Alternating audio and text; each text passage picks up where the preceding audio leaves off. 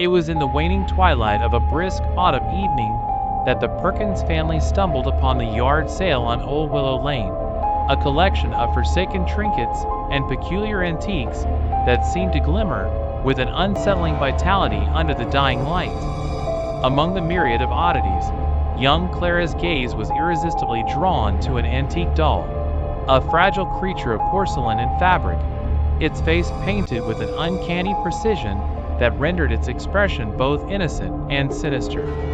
The vendor, an elderly woman whose withered hands trembled as she wrapped the doll, muttered something unintelligible under her breath.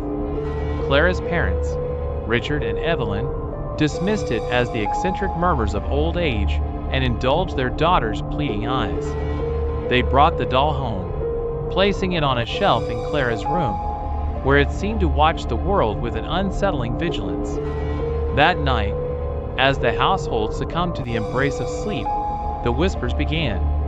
Soft at first, like the rustling of leaves in a distant forest, they carried a cadence that hinted at words, but dissolved into unintelligible murmurs.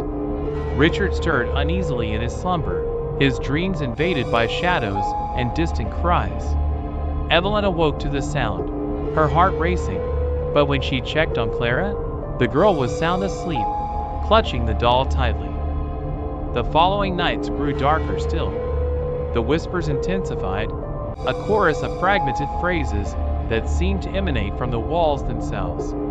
Richard and Evelyn searched the house for drafts, for rodents, for any logical explanation, but the whispers eluded them, always retreating into silence the moment they approached. On the fourth night, Evelyn awoke to a strange noise, the unmistakable sound of scratching. It was faint yet deliberate, like nails dragged across plaster. With a candle trembling in her hand, she ventured into Clara's room, where the air hung heavy with an inexplicable chill. Clara lay in her bed, her breathing steady, her face serene. But on the wall, just above the doll's shelf, Evelyn saw it, jagged, uneven letters carved with an unearthly precision. The message, stark and horrifying in its simplicity, read, "She's mine now." Evelyn screamed, waking the household. Richard burst into the room, his face pale as he read the words. Clara remained asleep, her grip on the doll unbroken. When they tried to take it from her, the girl stirred, clutching it tighter with an unnatural strength. Her lips moved, whispering something too faint to hear. In the days that followed, Clara became withdrawn, her once bright demeanor replaced by a vacant stare and a chilling calm. The doll never left her side, its painted eyes seeming to grow darker with each passing day. Desperate, Richard and Evelyn sought help, but no priest, no medium, no psychiatrist could provide answers.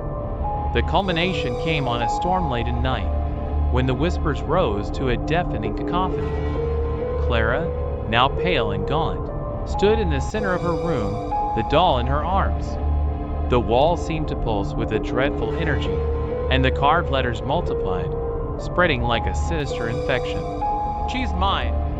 She's mine! She's mine!" In a final act of desperation, Richard snatched the doll and cast it into the roaring fire in the hearth. For a moment, the house shook with a violent tremor, the whispers rising to a blood-curdling scream before ceasing altogether. When they turned to Clara, she collapsed into their arms, her frail body trembling as if released from an unseen grip. The doll was gone, reduced to ashes, but the scars remained. Clara never spoke of what she experienced, and the whispers never returned. Yet, on quiet nights, Evelyn swore she could still hear faint murmurs in the walls, a chilling reminder of the malevolent presence that had once claimed their home. And sometimes, when the wind howled just right, she thought she could see, out of the corner of her eye, a pair of painted eyes watching from the shadows.